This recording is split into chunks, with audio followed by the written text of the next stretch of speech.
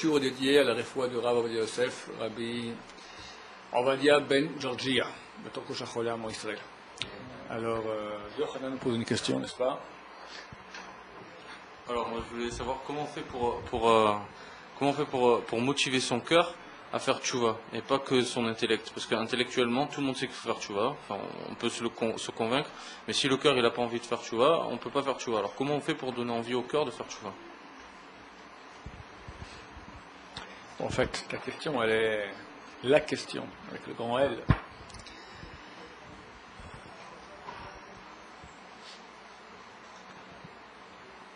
Bon, il y a deux sortes de gens, on peut dire. Les gens les croyants, ceux qui savent, on va dire, c'est les sachants, ceux qui savent que la Torah est d'origine divine, ceux qui ne savent pas.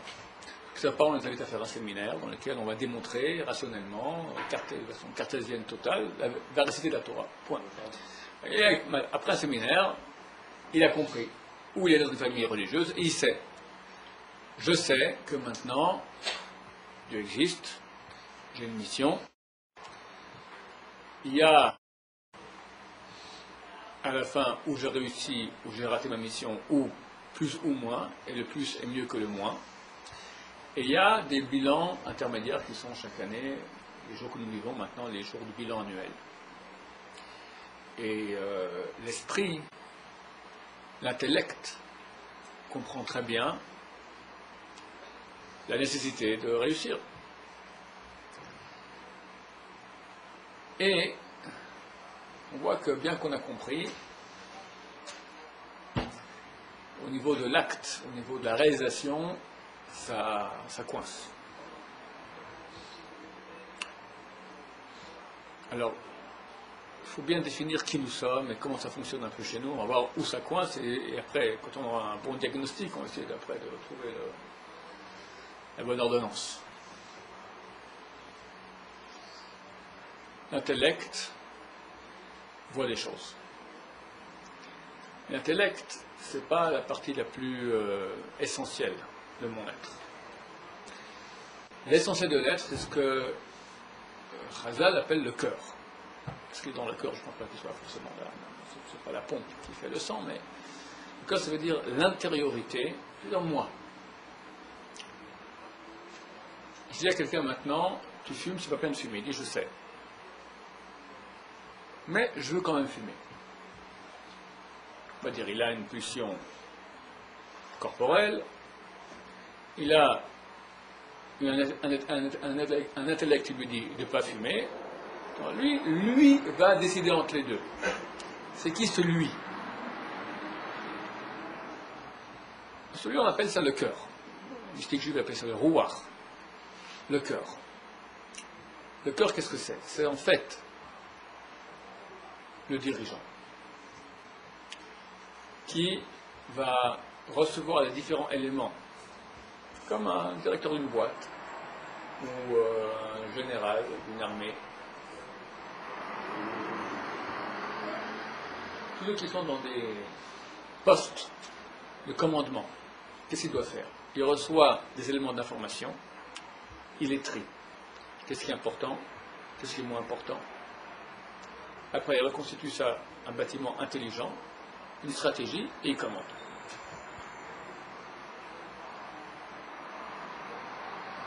On appelle ça, au niveau de la pensée juive, le da'at. Le da'at. Da'at traduit en français connaissance. Moi, j'aurais appelé mieux conscience. La conscience. C'est-à-dire la conscience des choses. Je sais que c'est pas bien de fumer, mais j'en suis pas conscient. Je sais. La conscience, c'est le vécu de la chose. Je sais que je vais être maintenant jugé dans quelques jours, je dois me préparer, mais au niveau de la conscience, ça passe à côté. Preuve en est que je reste relativement calme. Attends, si on arrivait à peut-être encore développer un peu ce que c'est la conscience. Alors prenons l'exemple de quelqu'un qui n'a pas de conscience. Un gosse qui s'amuse sur le balcon, au 6e étage, et il grimpe sur la balustrade, il monte, il descend de la balustrade, et il y a 6 étages dessous. Un inconscient. Il n'est pas conscient d'ailleurs. Bien que ses yeux envoient l'information à 6 étages dessous, mais le rapport entre cela et la vie, pas de conscience. il va grandir, où ses parents comprennent que c'est danger de mort, attention.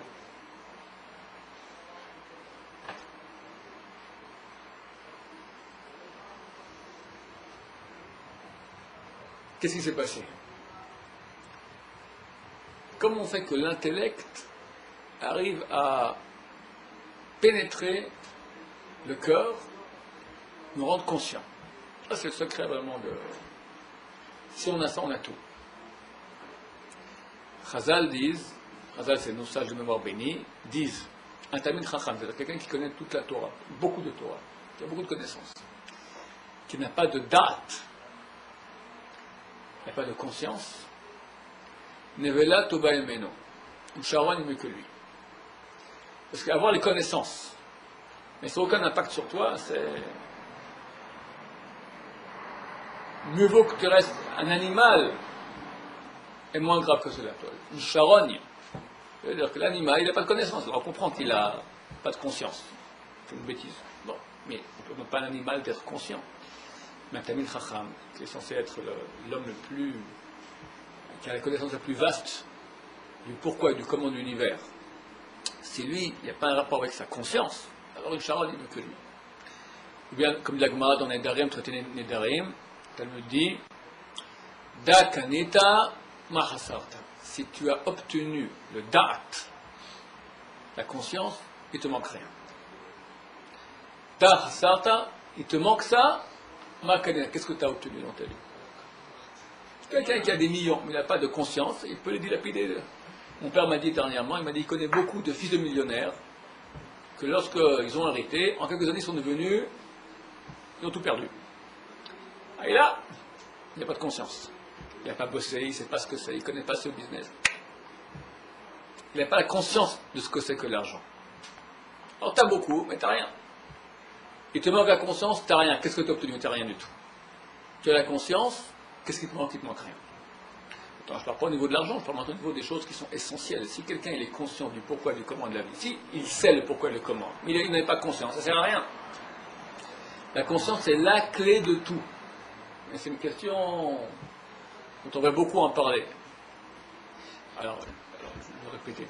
Ta question, c'est une illustration, mais en fait, ce que dit de la question de Hanan. Ça veut dire, tu prends l'exemple des filles, voilà. Moi, je sais maintenant que je ne peux pas regarder les filles. Encore moins les toucher. Maintenant, ok, je sais, mais est-ce que je vis la chose? Bon, je peux à contre-cœur. C'est intéressant, contre-cœur. D'accord? Moi, maintenant, je ne veux pas aller contre-cœur, je veux que mon cœur. C'est-à-dire que je veux que de façon naturelle, ça ne m'intéresse pas, ou très très peu. Donc arriver à conquérir le cœur, ça, c'est celui qui a ça, il a vraiment tout. Bon. Il faut lui faire voir ce qu'elle veut voir.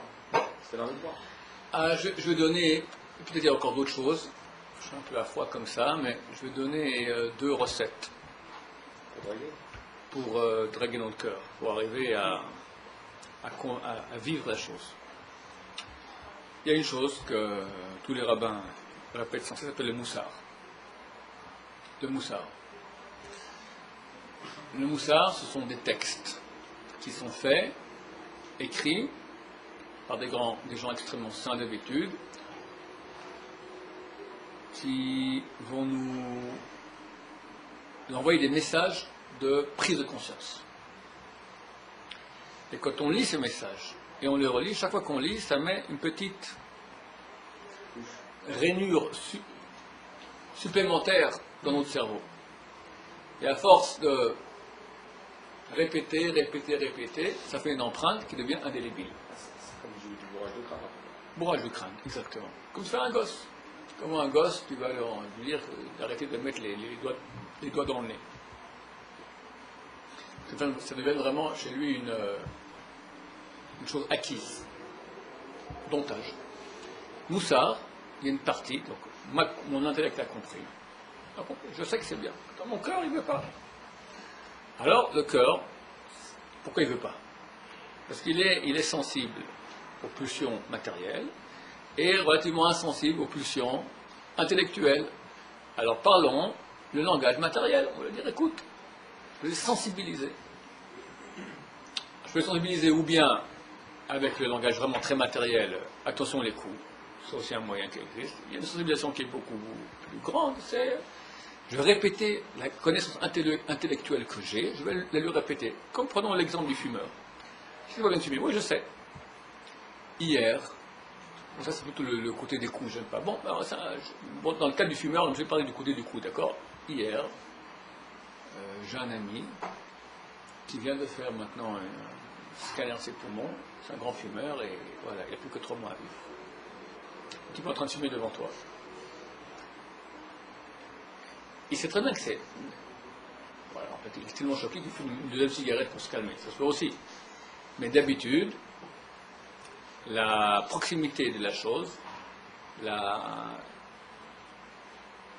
l'image va donner une réalité beaucoup plus grande à l'idée intellectuelle. L'intellect, c'est une idée, c'est pas une image, c'est une connaissance. Je sais, fumer, c'est mauvais. Maintenant, je vais aller à l'hôpital.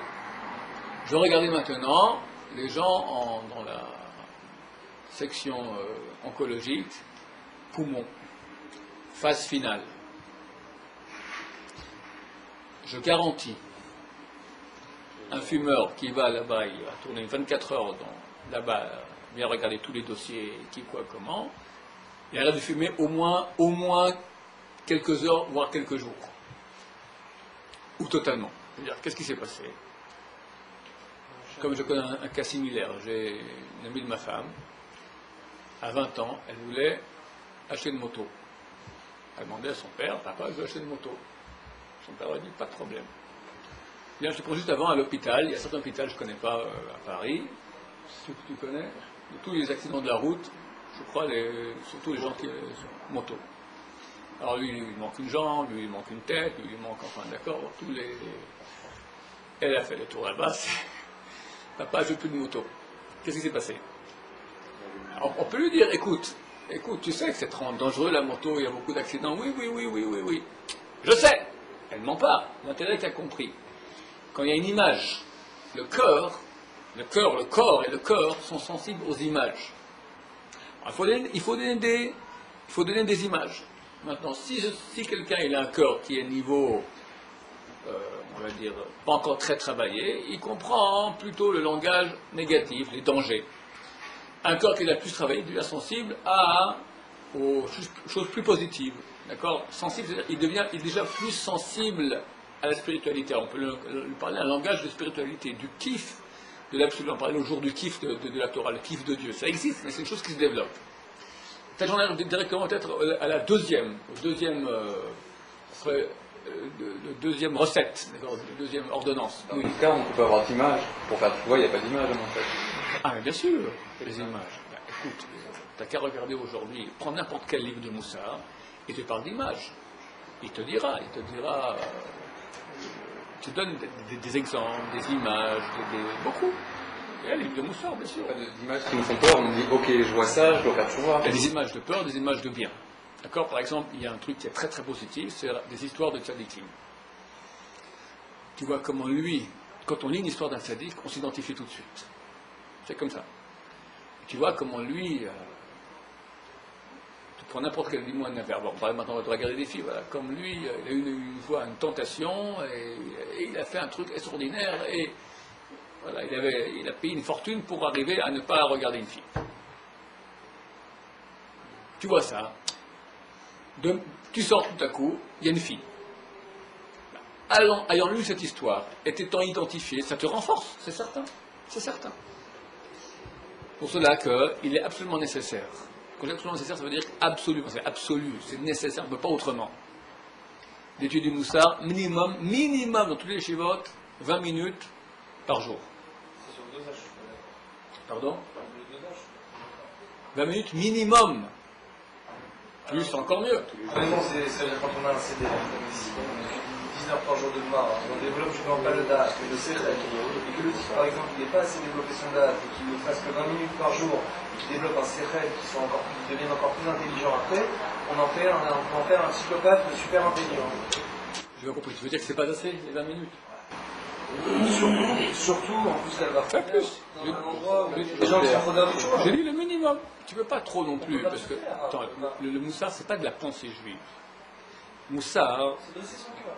voilà, ça vient, c'est le mot dresser, c'est dompter. Le Rabbi Salant, il dit c'est quoi? C'est prendre un morceau de steak avec un bâton qui le tape. D'accord? C'est redresser, c'est dresser et redresser. D'accord? Tu ne peux pas redresser quelqu'un pendant. Ah, ok, une demi-heure, 3/4 d'heure, c'est bien. C'est 3/4 d'heure le matin, 3/4 d'heure le soir, c'est bien. Je dis le minimum entre nous. Je défie quelqu'un ici d'arriver à faire 20 minutes par jour durant une année. Si fait ça, à la fin de l'année, c'est un sadique. Sadique! Tu fais pas une heure par jour de moussard ici. Mais non, c'est pas de moussard avec ma pensée, c'est la belle pensée juive. Moussard. Moussard, c'est travailler, c'est tu comprends, c'est prendre un texte, et je répète la chose, et ça fait une empreinte en moi. Une empreinte. Je travaille. On ferait sûrement plus de 20 minutes de moussard. C'est bien. On fait du moussard. Tu peux pas faire trop de moussard non plus. Trop, mais bon, 2 heures, 3 heures. Non! Fais 1 heure, c'est déjà énorme. Nous on fait le moussard. Vous faites un peu de moussard. Vous faites diluer dans les cours d'Abraham et de Eliaou, et avec moi aussi, diluer. 20 minutes. Hein? Au moins 20 minutes. Ouais, on peut dire qu'il y a 20 minutes. Ouais, ça peut Mais lisez encore, vous devez prendre l'histoire de celle qui il faut se renforcer, par exemple. Alors, vous appelez moussard, c'est tout ce qui est travail de midot ou c'est autre chose ou quoi? C'est pas que travailler le midot. Un moussard, c'est arriver, une fois que mon intellect a compris une chose, redresser le cœur. La question de Yochanan. Comment je fais pour redresser le cœur? Alors je vais lire des textes qui parlent au cœur. On peut le faire rire, on peut le faire aimer, on peut le faire trembler, d'accord? Mais parler le langage du cœur, pas de l'intellect. Intellect, c'est pensée juive. Le cœur. Alors, c'est pour corriger les midotes, pour corriger la vérote, pour corriger le fait qu'on ne fait pas les mitzvot suffisamment bien. Tout le domaine de l'action juive doit être arrangé par le moussard. Alors tu as des textes de Chazal qui te renforcent là-dessus. Celui qui fait comme s'il aura grand tous les mérites que tu as, celui qui ne fait pas tous les enfers que tu auras. Une chose, tu as des histoires des tzadikim, tu as des exemples de gens des fameux qui ont des cas qui arrivent aux gens, d'accord, qui racontent même, etc. Ça c'est une chose, le moussard. Et ça, le Ara se bat principalement au niveau d'études sur 2 choses. Sur le moussard, sur l'étude de la loi. Il faut savoir. Il y a Yetzirah des étudiants de Torah. C'est moins de moussard et moins de halakha. Ces 2 choses-là sont essentielles. La Gemara, ça va être l'essentiel de l'étude, parce que c'est ça qui construit la personne, qui me relie à Dieu, qui me branche avec Dieu. L'étude de la Gemara. Mais sinon, quelqu'un qui a du date, c'est comme si qu'il a tout. Oui. Date, c'est pas normalement.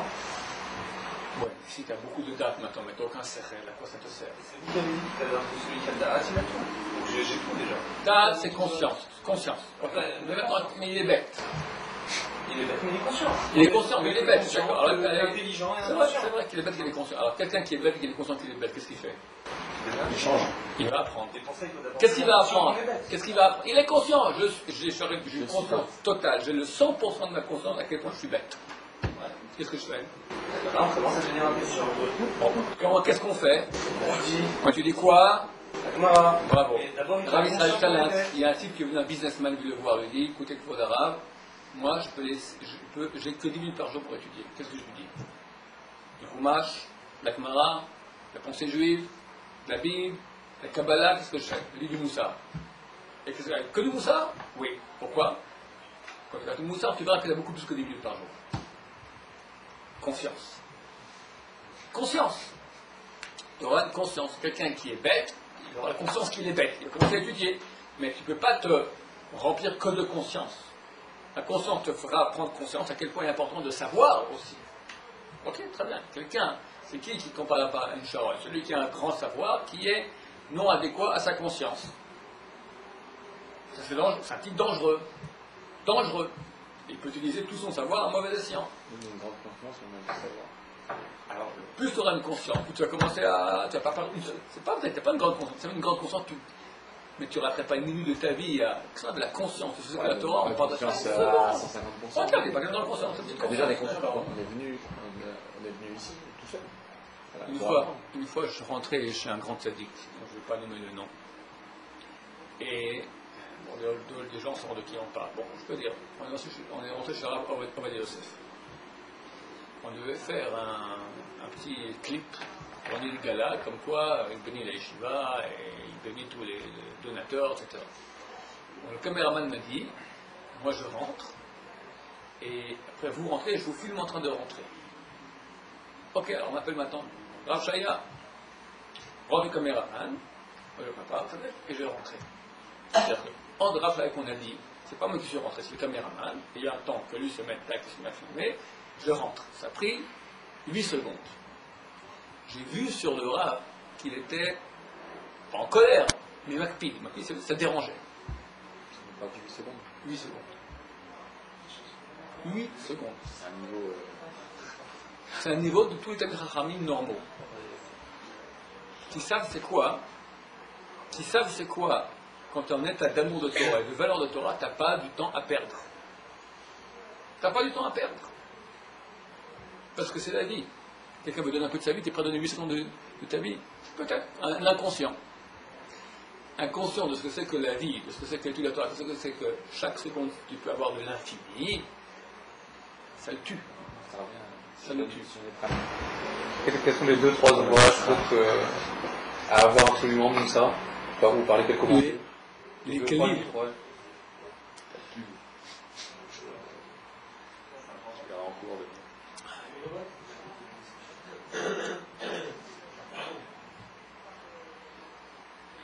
Moussard.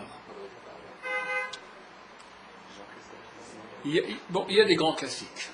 Chod Tzadikim, Mesat Yesharim, Chavot Alvavot,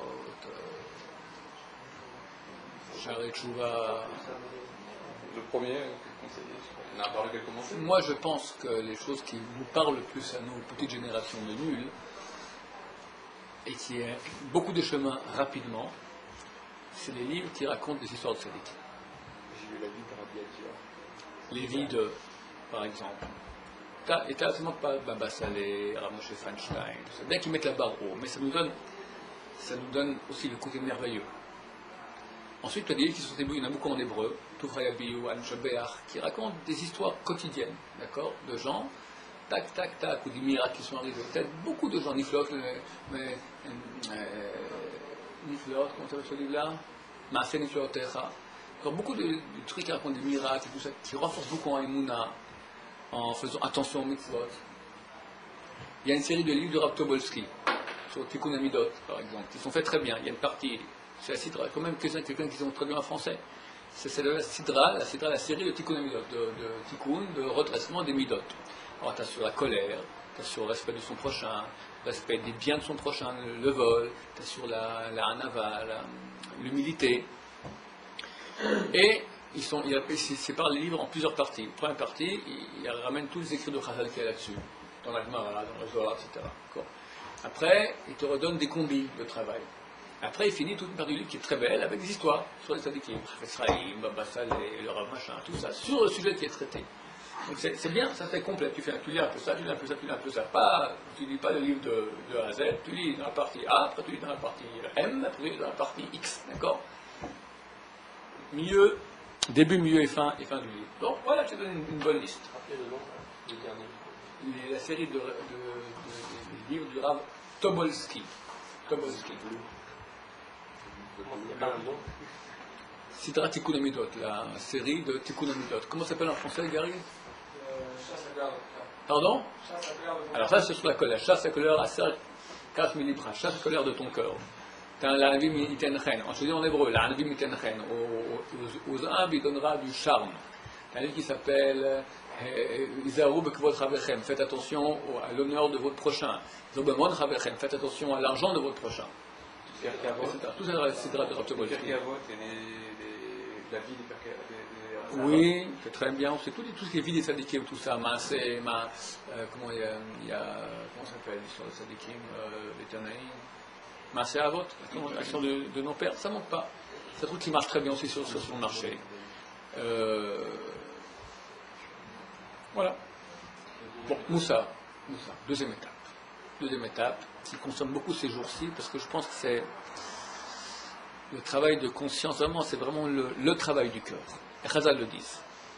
On a un verset qui dit Vayom Shamot Tishmor Mitzvot Yishar Mitzvot Hayom. Et si vous écoutez les mitzvot que je vous donne aujourd'hui, l'Avat Yishar Lokechem, d'aimer d'éteindre votre Dieu, ou l'Ovdo Bechol Levavchem, le servir de tout ton cœur. Le servir de tout ton cœur.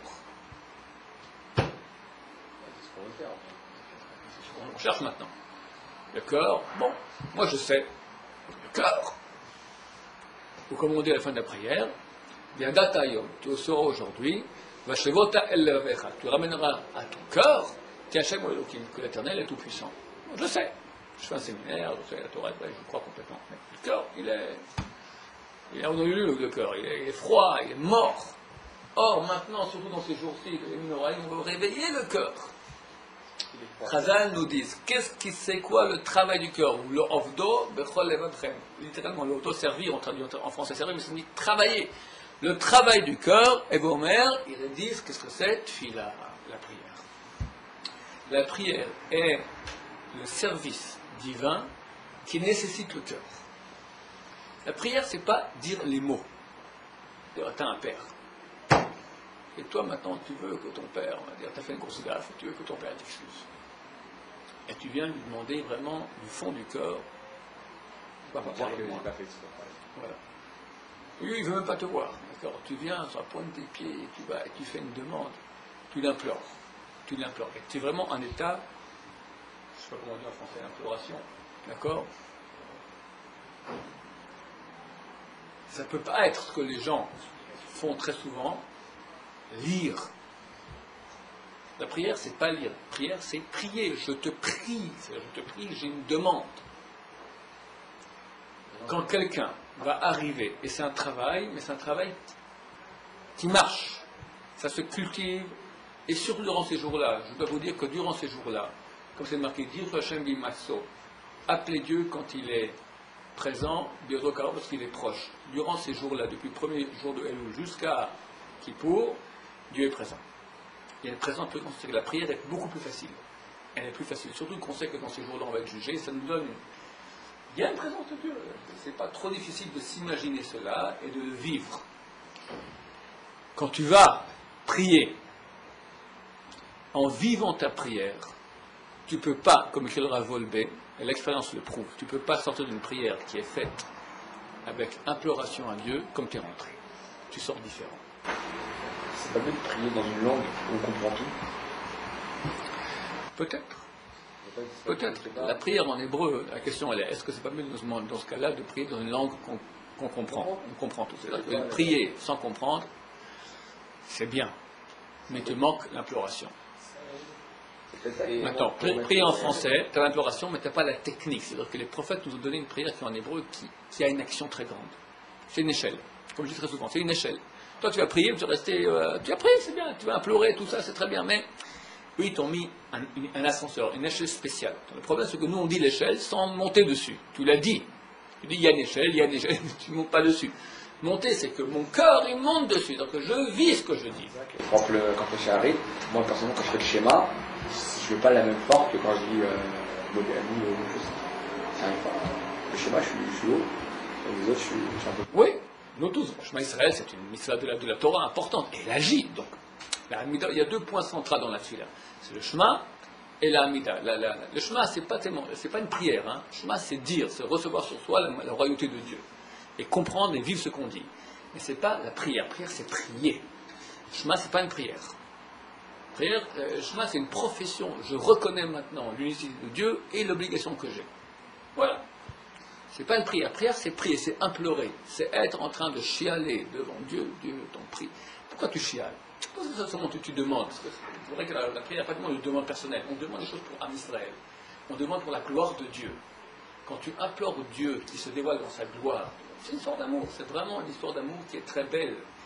Quand on la vit, et surtout ces jours-là, c'est les jours où on peut apprendre cela, alors ça nous met un contact du cœur qui réveille le cœur. Qui réveille le cœur. Ce n'est plus au niveau intellectuel, c'est au niveau du vécu. Il y a un travail de concentration, il y a un travail de mise en phase. Parce que concentration d'abord, il faut partir les images, les idées, les pensées qui viennent sans cesse assaillir. Même tu es en train de dire les mots. Déjà, on levait le point de problème. Déjà, je dis les mots, je pense les mots. Maintenant, il faut la phase, mise en phase. Je suis en phase maintenant, tac, je suis en émission. Voilà, je sens que je parle à Dieu. Je sens que je parle à Dieu. Et ça, c'est un travail qui est difficile, très difficile, on va dire, durant toute l'année.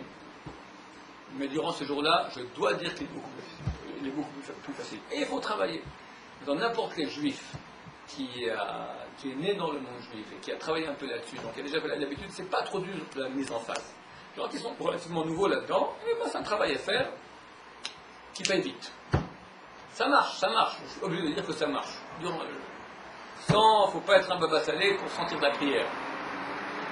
Regardez, on va faire une expérience maintenant. On va faire un sketch, d'accord? Il y a des moments. Quelqu'un, il sait que Dieu existe. Il sait. Il croit en Dieu. Mais dans sa vie, la prière, ça passe pas. Maintenant, arrive un malheur, lo alechem, sur personne d'entre nous, sur personne de notre chaîne, un malheur dans la famille proche.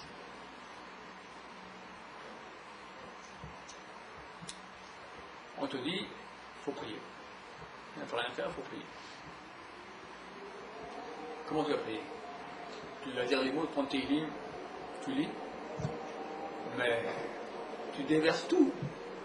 Donc c'est possible. Pourquoi est-ce qu'il faut maintenant? Pourquoi? Intérêt, bien sûr, mais là il y a un intérêt énorme de prier. Je veux vivre. Je parle de moi maintenant durant ces jours, d'accord? C'est pas l'ishma. Pas l'ishma du tout, la prière c'est pas l'ishma.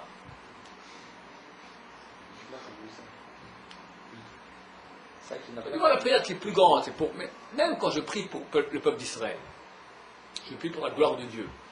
Mais vu que moi je fais je suis avec. On va dire un exemple. Attends, ta question est comme ça. Tu dis, c'est intéressé. C'est intéressé, mais c'est jamais bien. Au moins j'y mets le cœur. C'est jamais bien. Dieu aime ça. Donc, c'est un moyen de. C'est une sorte de combine derrière les fagots. D'accord? Parce que Dieu, il dit, écoute mon vieux, elle va terminer. Il y a un truc, la prière, ça pourfond tout, ça pourfond tout. Mon cher Rabbeinu, Dieu a mis dans le panthère d'Israël. Il s'est mis à prier. Je t'en prie, va être Hanan. Je t'ai supplié. 515 prières il a fait. Rabbeinu lui a dit stop. Si tu continues vraiment cette chose, Dieu dit non. Tu peux prier tant que tu veux, tu n'auras pas. Ça veut dire que c'est un moyen extraordinaire. C'est phénoménal. Bon, il y a des fois où c'est xéra. Il y a un décret terminé. Quelqu'un doit mourir. Il doit mourir. Il a 120 ans. 120 ans il a, d'accord? Et tout le monde prie pour qu'il lui encore. Ok, alors on rajoute encore une année. L'année prochaine, terminé. On a pris. Pas faire de miracle, d'accord? C'est normal. Mais c'est un pouvoir certain. Alors, toi tu parles maintenant, c'est intéressé. Ok, mais c'est une prière et ça marche. Maintenant, parlons le désintéressé, qui concerne plus le jour de Rosh Hashanah. C'est quoi le désintéressé? On va prier pour Malchut Hashem. Nous voulons, en tant que juifs, et je ne sais pas, je pense que c'est une chose, ça doit résonner une fibre dans vos cœurs aussi. Nous voulons qu'il y ait le bien qui se dévoile. Nous voulons que Dieu se dévoile, nous voulons enfin que le mal disparaisse. Nous voulons qu'il y ait le Kiddush Hashem, une sanctification du nom de Dieu, que Dieu se dévoile clairement aux yeux des nations, aux yeux de tous, que tous reconnaissent l'éternel, le bien, ça vous fait.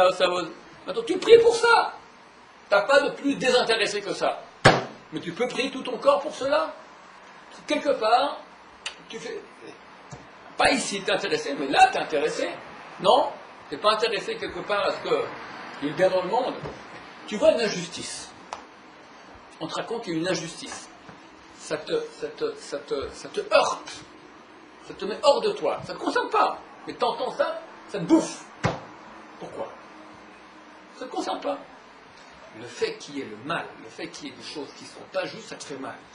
Attends, tu vas prier pour ça. Prie, nous voulons enfin qu'il n'y ait plus de mal. On veut enfin qu'il y ait de la justice, qu'il y ait du bien dans le monde. Terminé. C'est pas un ishma, ça? Hein, Gary?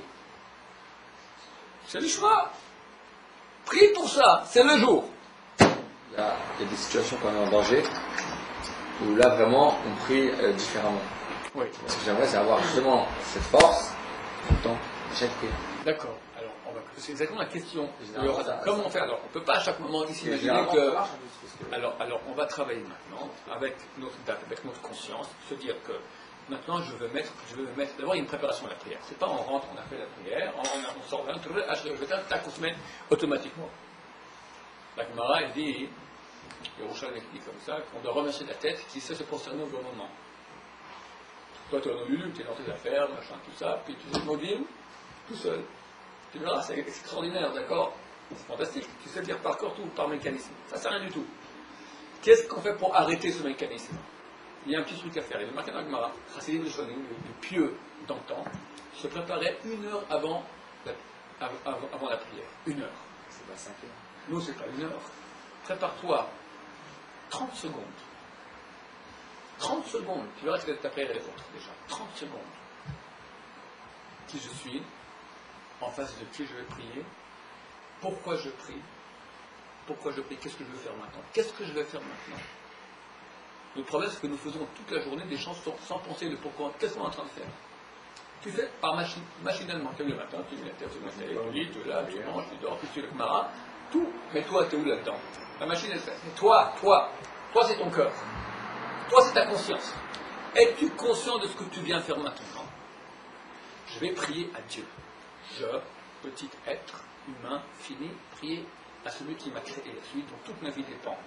L'être ineffable, absolu, dont les anges tremblent.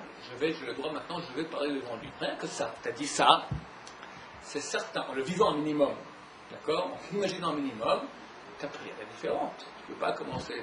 Alors oui, dès la première bracha déjà, tac, tu as des pensées, des trucs. Chacun, on est un punching ball de tracas. Tu es embêté, tu as des choses qui. Fais un travail d'enlever. Ces jours-ci, c'est beaucoup plus facile. Tu te concentres, tu vas lentement. Tu as dit un mot sans penser, tu le redis. Des fois, ça m'arrive de répéter j'exagère, des dizaines de fois un mot. J'ai un bon réflexe des fois. Ça dépend quand on a des périodes comme ça où je sais que je dois prier bien. Dès que je dis un mot sans me concentrer, alors tac, c'est le disque cassé. Là,